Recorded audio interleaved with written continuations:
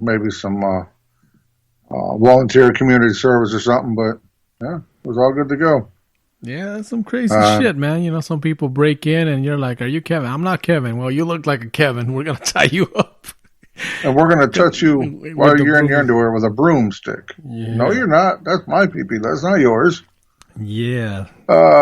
So a lady went in New Hampshire to go vote. And when she got there, they said, "Ma'am, you can't come in here with that shirt. It's a political shirt."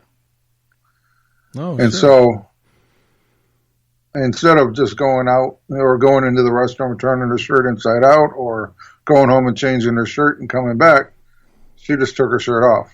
Okay. Nothing to hide. Yep. She's there voting. Nothing to hide. Yep, she's just there voting. Pull a knob. Damn. Okay. I guess the voter or the guy running the voting place said, "Listen, I'm not really sure why she did it. I didn't need her to do that. She just had to cover it up was all." Damn. And it's just the rules. So rules is rules. Well, rules are rules. I'm saying, okay, well, I guess moving from the weird shit and stuff like that, if you're an 80s kid like we are, right now we're mourning. Yep. I mean, when I first found out about it, I don't know if it's the fact that it's we're getting to that point in our lives where life, instead of giving us things, is starting to take them away, and it's fucking scary.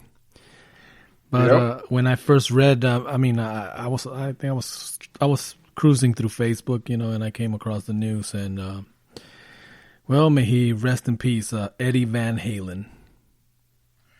Yep, one of the founders of the same name group, Van Halen. Huge in the 80s and 90s. Come out with Wobble, you know Cabo Wobble and Jump Lucas. and originally they had David Lee Roth, and then they had Sammy Hagar. Yeah. Playing. His brother was also in the band, but Eddie had been battling cancer for a while. This was not a new. It's not a new diagnosis. Issue, but I mean, for some reason, when it hit me, when I read it, I was like, "Oh, fuck, this sucks." I'm like, the same thing. I felt the same thing a couple months ago. Charlie Daniels died, and I guess I got to a point where it was kind of like you, like. I guess I'm at that age where I'm not getting it anymore. Like they're taking them away now. Exactly. It's like we're coming. We're not getting any new ones. We're reaching that point in our lives where instead of getting, when we're young, it's like life's got all this shit to offer. The world is yours, and then as we start reaching, I'm not saying that we're old or anything. I mean, we're like your middle-aged 9-year-olds, but what I'm saying is we've reached that point in time in our lives when life starts taking things away, starts putting its toys away, like, nope, this one's mine, I'm taking it back. All I know is that when I get to heaven, providing I make it there, there's going to be some good fucking music there. That's all I'm saying. Van Halen. Yep. So, oh wow, family, prayers go out to the family. Yeah, our condolences. I mean, it's just like I said, just getting over that is like, wow. It's okay. So, we didn't want to bring you down. I mean, it's part of life, I guess. We're all heading in that direction one day. Right. So, So that was kind of rough to read. Yeah. There's something else that I was going to kind of touch upon. Something that's been kind of bothering me here lately. All right. So I'm just going to kind of I got a little bit of a rant. I'm just going to kind of put it out there. Okay. All right. In the world today, there's a bunch of craziness going on. All right. Okay. There's a whole lot of craziness. We got this fucking pandemic going on. We got this fucking political thing going on. Nobody knows what's going to happen.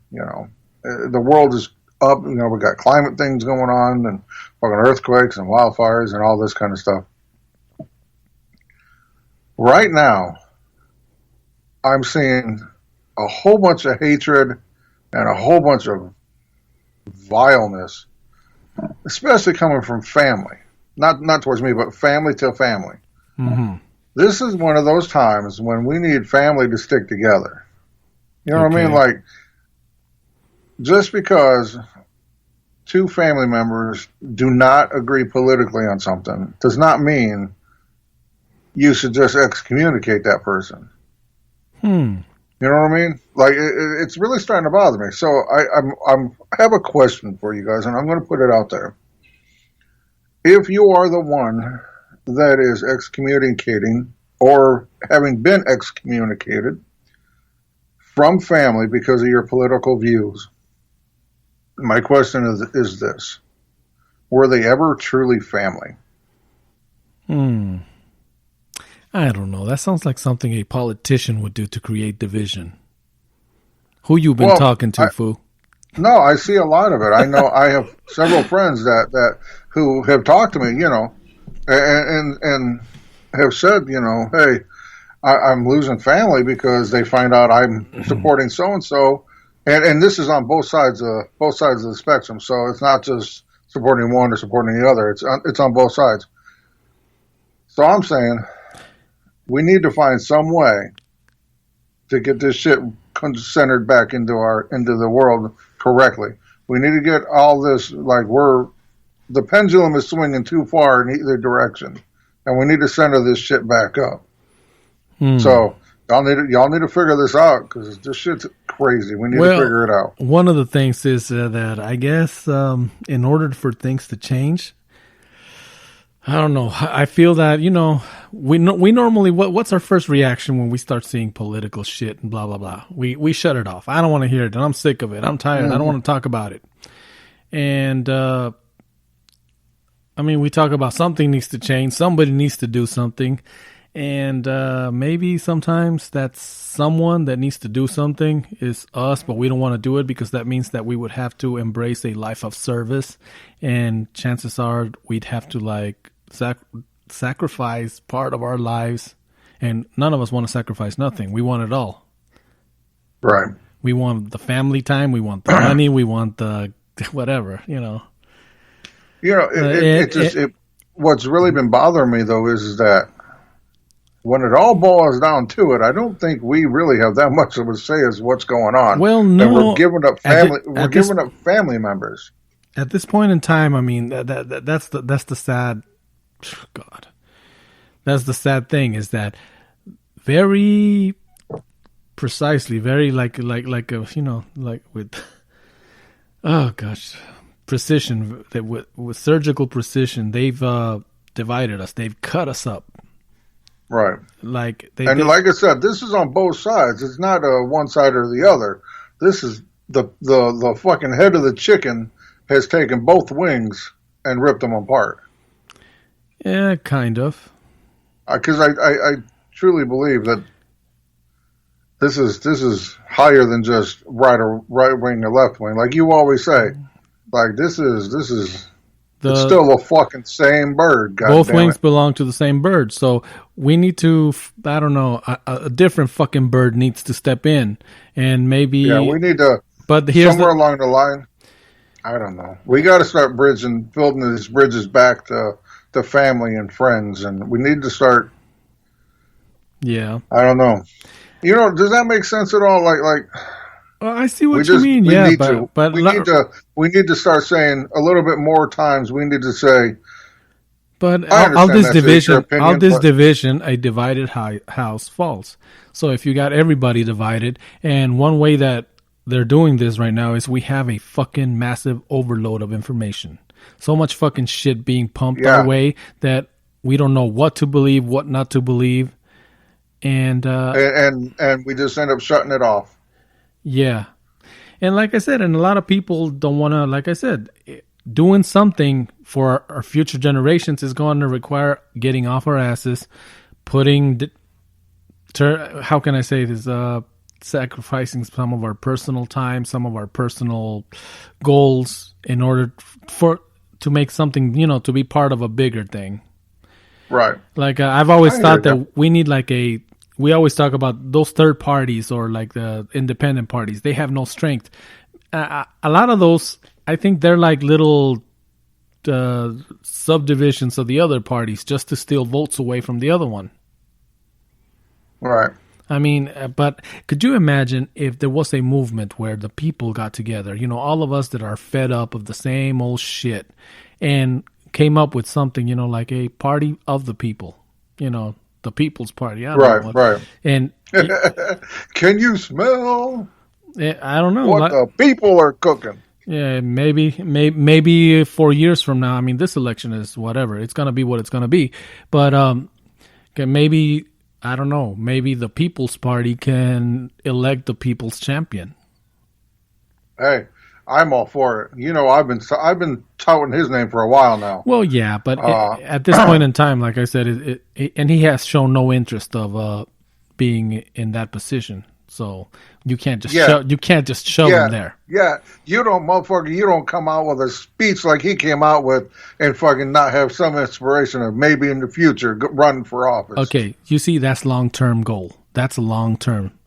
He knows right. He knows right now it's not the time. It's not the time. It's not the time. Right. But then again, he went out there. You know, so for a lot of people, I mean, that's like career suicide. I mean. Because anybody that's come up against them, you know, everybody wants to cancel them. You know, that's why I was saying, are you going to cancel The Rock when he endorsed Biden? And shit like that. You can't cancel The Rock. The Rock is too fucking big. All I'm saying is that maybe, I don't know, but maybe there needs to be regular people like us. We need to start getting more involved in the process. Yeah, of maybe. That. And we do. But the thing is that it's a lot of pesky bullshit that we don't want to deal with. I just want to go home, watch my Netflix, and be entertained, and fuck everything else. And I'm going to this and doing that, and that means I would have to, you know, it's right. People. Well, you know, most people, most historic figures. I mean, you know, that have done anything. When you dig into their family life, you find out that they'll tell you, well, he wasn't really there because he was busy working over there trying to make a better life for everyone. Right. You know, that's right. It's fucked up.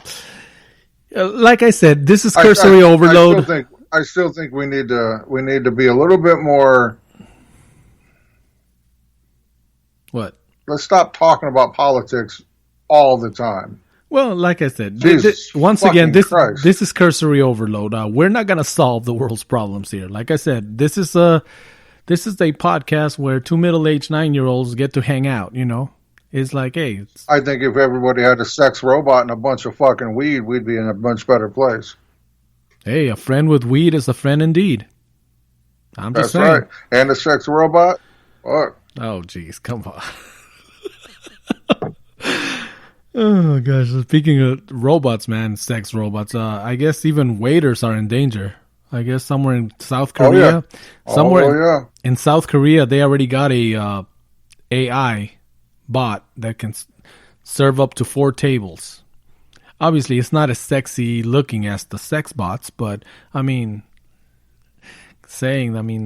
even those jobs are in danger. Yeah, they go back into the kitchen. The people making the food put it inside the robot or on the tray or whatever, and they take it right out to the table. Yeah, I mean, seriously, it's good. Like, geez, all the industries that are in danger. I mean, the trucking industry with the self-driving trucks, security guards. I don't know if you've seen the little. Little bots. Andrew Yang was talking about the trucking industry. See, that would have been from get-go. That I wish he would have been the top. I coulda, shoulda, woulda. Right. The Democrat. I wish he would have been like one of the top guys for that, because that man has vision, and it's true. I mean, some of these jobs are gonna go away, and when some of these people lose their livelihood, I mean. It's fucking chaos. Well, you remember waiting to happen. Do you remember when you watched Logan, and they were trying to get the horses off from the freeway? All the trucks were self-driving trucks. Wow. Yeah, all of them were. And